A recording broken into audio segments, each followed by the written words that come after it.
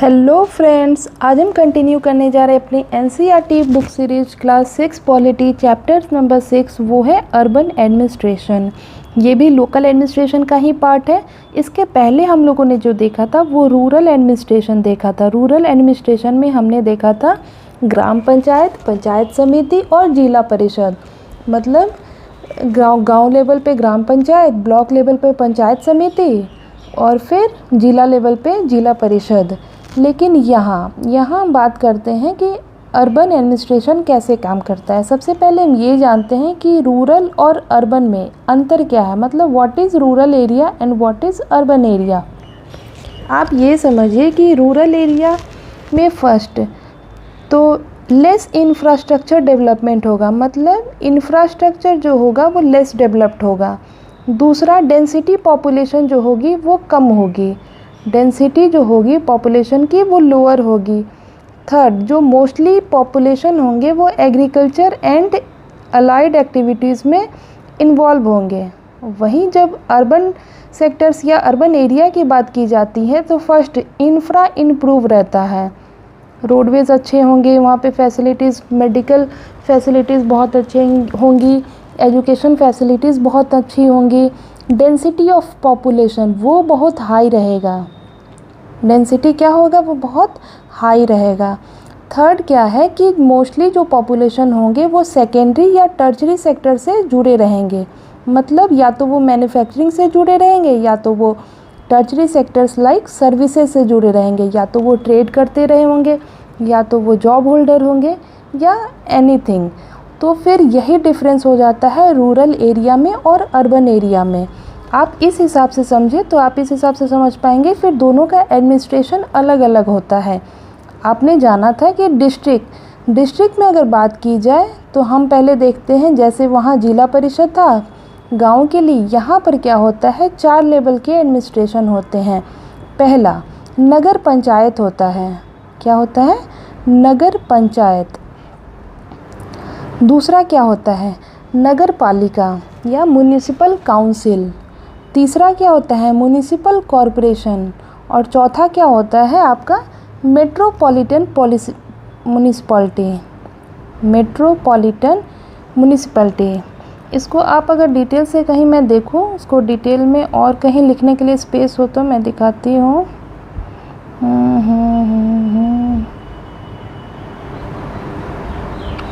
यहाँ देखते हैं, ठीक है। पहला तो आपने देखा नगर पंचायत यानी म्युनिसिपल पंचायत। दूसरा हमने देखा म्युनिसिपल काउंसिल। तीसरा हमने देखा म्युनिसिपल कॉरपोरेशन। फोर्थ हमने देखा मेट्रोपॉलिटन म्युनिसिपैलिटी।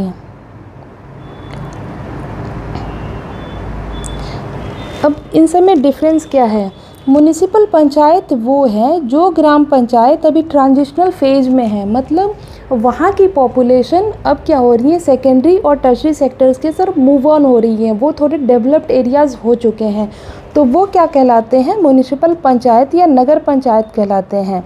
दूसरा क्या होता है? Municipal council. जो स्मॉल सिटी होती है वहाँ पर म्युनिसिपल काउंसिल होते हैं, जहाँ की पॉपुलेशन जो है वो 1 लाख प्लस पॉपुलेशन होती है। 1 लाख से ज़्यादा जो पॉपुलेशन है उसमें म्युनिसिपल काउंसिल काउंट होता है। वहीं म्युनिसिपल कॉरपोरेशन की बात करते हैं तो यहाँ 10 लाख प्लस पॉपुलेशन होती है। और फिर उससे ज़्यादा मेट्रोपॉलिटन म्युनिसिपैलिटी हो गया। जो बड़े बड़े महानगर होते हैं ना, वो मेट्रोपॉलिटन म्युनिसिपैलिटी में आते हैं। तो स्ट्रक्चर वही है बट नाम चेंज हो जाता है। क्यों? क्योंकि पॉपुलेशन पे डिपेंड करता है। हर कुछ तो पॉपुलेशन पे ही डिपेंड करता है। यदि आप इलेक्शन की बात करें तो भारत को दुनिया का सबसे बड़ा लोकतंत्र क्यों कहा जाता है? क्या इसका एरिया बड़ा है इसलिए? नहीं, इसका एरिया बड़ा होने से नहीं। मतलब यहाँ की जो पॉपुलेशन है, यदि 2011 सेंसस की बात करेंगे तो पॉपुलेशन है 121 करोड़। जो अभी क्या है 2024 की बात करें तो लगभग 140 करोड़ की जनसंख्या हो चुकी है। इसीलिए तो दुनिया का सबसे बड़ा लोकतंत्र कहा जाता है। मतलब कि पॉपुलेशन बहुत ज़्यादा है। तो ये भी जो नगर आपका अर्बन लोकल बॉडीज़ जो काम करती हैं वो भी क्या है, पॉपुलेशन पे डिपेंड है। जितना बड़ा पॉपुलेशन होगा उतना ही नाम उसका चेंज होता रहता है, या फिर आप इसको एक नेम चेंज या फिर हायरार्किकल लेवल भी कह सकते हैं। सो अब बात करते हैं कि वार्ड काउंसलर्स क्या होते हैं, कमिश्नर क्या होते हैं। तो जैसे हमने पिछले चैप्टर्स में देखा था कि एक विलेज जो है या विलेज पंचायत जो है वो वेरियस वार्ड्स में डिस्ट्रीब्यूट होता है, मतलब ward number 1, ward number 2, ward number 3, ward number 4, ऐसे एंड सो ऑन। और जो इसका जो प्रमुख होता था वो वार्ड मेंबर कहलाता था, जिसे पंच भी कहते थे, ठीक है। और यहाँ क्या होता है, जो अर्बन बॉडी होती है वहाँ पर क्या होता है कि हर एक ऐसे वार्ड में तो डिस्ट्रीब्यूट होता ही है कि एक एरिया को आपने डिस्ट्रीब्यूट कर दिया, तभी तो एडमिनिस्ट्रेशन हो पाएगा ना। एडमिनिस्ट्रेशन कैसे होगा, जब तक हम किसी एरिया को बांटेंगे नहीं, मतलब उसके एरिया को हम स्क्रूटनाइज नहीं करेंगे, फिर वहाँ एडमिनिस्ट्रेशन चल ही नहीं सकता है ना। क्योंकि जितना बड़ा एरिया होगा फिर उतना मैनेज करने में प्रॉब्लम्स होंगी। तो वहाँ हम वार्ड मेंबर कहते थे, यहाँ हम वार्ड काउंसलर कहते हैं। क्या कहते हैं, वार्ड काउंसलर कहते हैं। और जो म्युनिसिपल कॉरपोरेशन का वो हेड होता है वो कमिश्नर कहलाता है। कमिश्नर कह लीजिए, मेयर कह लीजिए, तो ये सब क्या कहलाते हैं, जो उसके हेड होते हैं। और हेड क्या होते हैं, हेड इलेक्टेड होते हैं, इलेक्शन होता है। इलेक्शन कौन करेगा, वार्ड काउंसलर्स ही ना करेंगे। तो ये पूरा सीन है आपका अर्बन लोकल बॉडीज़ की एडमिनिस्ट्रेशन की, है वही, थोड़ा बहुत नेम अंतर हो जाता है। अब बात करते हैं कि अर्बन लोकल बॉडीज़ के काम क्या होते हैं। सबसे पहले हम ये जानते हैं कि 74th अमेंडमेंट 1992, 74th अमेंडमेंट 1992 से अर्बन लोकल बॉडीज़ के एडमिनिस्ट्रेशन को क्या बनाया गया, कंपलसरी बनाया गया या फिर मैंडेटरी बनाया गया। इससे पहले क्या थे कि अर्बन लोकल बॉडीज़ को संवैधानिक दर्जा नहीं दिया गया था। इससे क्या होता था कि ये सबके लिए मतलब मैंडेटरी नहीं था, ये ऑप्शनल था।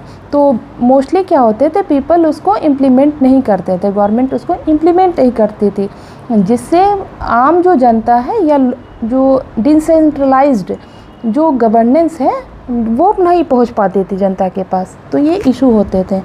अब बात करते हैं हम आगे, इसके वर्क्स क्या क्या होते हैं, जैसे स्ट्रीट लाइट्स वगैरह लगाना, गार्बेज क्लीनिंग करना। से 29 इसके वर्क्स होते हैं, मैं दिखाती हूँ आपको, एक second. See, there is a big organisation called the municipal corporation that takes care of street lights. मतलब शहर में अगर स्ट्रीट लाइट्स नहीं लगी हैं तो उसको लगाना, ठीक है। दूसरा, गार्बेज कलेक्शन, मतलब साफ़ सफाई कराना, शहर के एरिया की साफ़ सफाई कराना। Water supply, water supply basically fresh water supply, drinkable water supply. Keeping the streets and the market clean. आपको क्या है, कहीं डंप पड़ा हुआ है, कचरा पड़ा हुआ है, तो आप किसको एक करेंगे, ये म्युनिसिपल कॉरपोरेशन का काम होता है कि वहाँ की साफ़ सफाई करना, वहाँ का क्लीन अप करना। इसके साथ ही ये रिस्पॉन्सिबिलिटी भी म्युनिसिपल कॉरपोरेशन की होती है कि कोई डिजीज़ जो है वो ब्रेकआउट नहीं करे।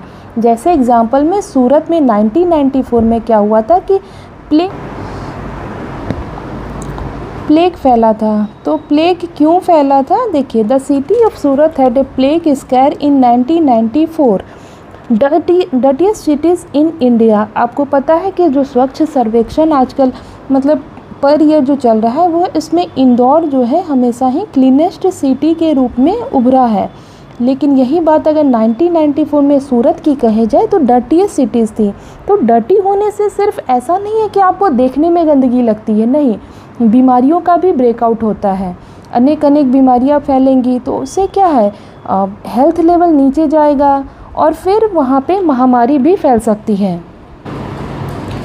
सो क्या होता है, अब इसमें भी डिफरेंट डिपार्टमेंट्स होते हैं। म्युनिसिपल कॉरपोरेशन में डिफरेंट डिपार्टमेंट्स होते हैं, लाइक वाटर डिपार्टमेंट जो वाटर सप्लाई को देखेगा, गार्बेज कलेक्शन डिपार्टमेंट जो गार्बेज के से रिलेटेड इशू को देखेगा, a department to look after gardens, another to look after roads.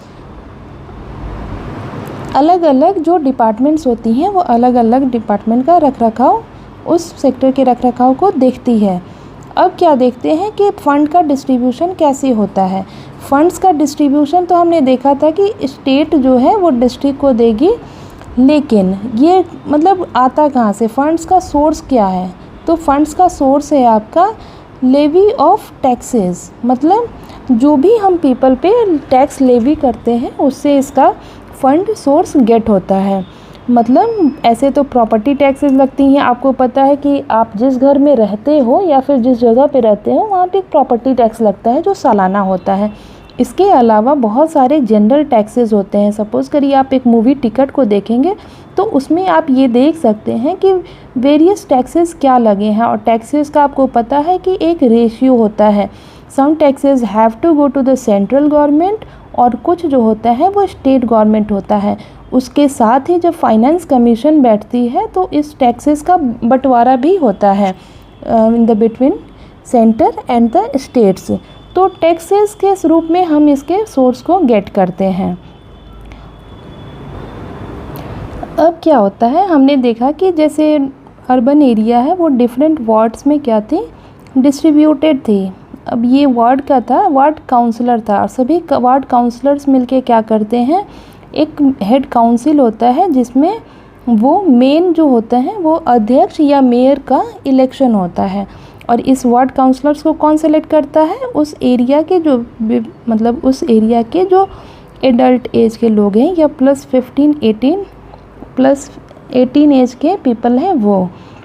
अभी अगर सपोज़ करिए आपके वार्ड में कोई इशू है, आपके वार्ड में क्या है कि कुछ भी आप एग्जांपल ले लीजिए, जैसे इलेक्ट्रिक वायर से वो एक दूसरे पे हैंगिंग कर रहे हैं और उसकी वजह से इशू हो रहा है और वार्ड काउंसलर जो है उसका ध्यान नहीं जा रहा है, जिसकी वजह से आम जो पब्लिक है उसको इशू हो रही है।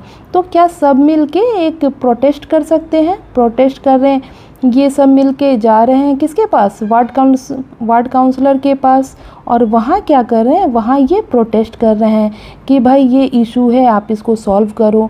या बहुत कुछ होता है, जैसे किसी एरिया में डीटी नहीं लगा हुआ है, मतलब इलेक्ट्रिसिटी का डिस्ट्रीब्यूशन ट्रांसफार्मर नहीं लगा है या ख़राब है बहुत दिनों से, तो फिर इससे प्रॉब्लम इशू हो रही है सिटीजन्स को। तो फिर ये जा रहे हैं अपने काउंसलर्स के पास, काउंसलर इसको के पास प्रोटेस्ट कर रहे हैं। अगर इनसे अपनी सहमति बन जाती है या डिपार्टमेंट से इनका वो रहता है अच्छा, तो ये ठीक करा देते हैं। यदि काउंसलर से भी बात नहीं बनती है तो वो हेड काउंसिल में जाते हैं, मतलब म्यूनिसिपल कॉरपोरेशन के हेड ऑफिस में जाते हैं। वहाँ जाते हैं तो फिर वहाँ क्या करते हैं, सब मिलके एक तरह से बड़ा प्रोटेस्ट करते हैं। तो फिर कई बार होती हैं प्रॉब्लम सॉल्व आउट हो जाती हैं, कई बार तुरंत हो जाती है, कई बार थोड़ा समय लगता है। इट मीन्स ये भी तो एक आप समझिए कि डेमोक्रेसी का ही तो पार्ट है।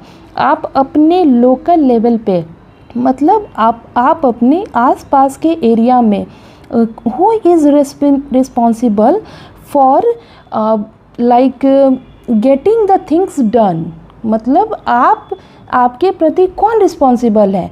अब पीएम तो आएंगे नहीं, आपके एमपी तो आएंगे नहीं, सीएम तो आएंगे नहीं आपको रिस्पॉन्सिबिलिटी आपको अपनी शो करने के लिए, तो आप किसके पास जाएं या कौन है रिस्पॉन्सिबल आपके एरिया का। इसलिए इसको लोकल एडमिनिस्ट्रेशन कहा जाता है।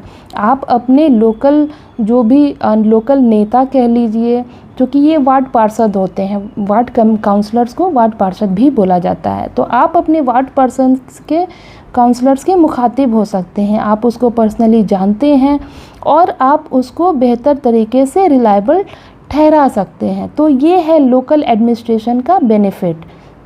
तो ये था पूरा चैप्टर 2014 में ये स्वच्छ भारत मिशन अप्लाई किया गया था। अब होता क्या है कि गार्बेज को भी दो तरह से स्क्रूटनाइज कर देना चाहिए। आपको पता है गीला कचरा, सूखा कचरा, जो भी प्लास्टिक से रिलेटेड है वो आप सूखा में डालिए, और जो भी आपके लाइक किचन के जो भी हैं वो सेग्रीगेट कर दीजिए, ताकि क्या होता है गार्बेज कलेक्शन में जो भी वर्कर्स होते हैं उनको इशू नहीं होता है। और कुछ ये सेफ्टी मेजरमेंट्स हैं या आप स्टैंडर्ड ऑपरेटिंग प्रोसीजर भी बोल सकते हैं गार्बेज कलेक्शन के लिए। जैसे ये डब्बे में ले जा रहे हैं, मास्क वगैरह लगाए हैं, ये स्टैंडर्ड ऑपरेटिंग प्रोसीजर से इसको इम्प्लीमेंट कर रहे हैं। तो इनको क्या है कि डिजीज़ मतलब नहीं फैलेगी, या फिर इनको क्या है कि प्रोन टू डिजीज़ ये नहीं है। वहीं आप ये इस फ़ोटो को देखिए, इसमें क्या है कि ये खुले में गार्बेज को कलेक्ट किया जा रहा है। इसमें क्या है कि जो वर्कर्स हैं उनको डिजीज़ का खतरा ज़्यादा रहता है। तो ये था हमारा पूरा चैप्टर। आई होप आप लोगों को पसंद आया होगा। तो हम नेक्स्ट लेक्चर में मिलेंगे। Thank you guys.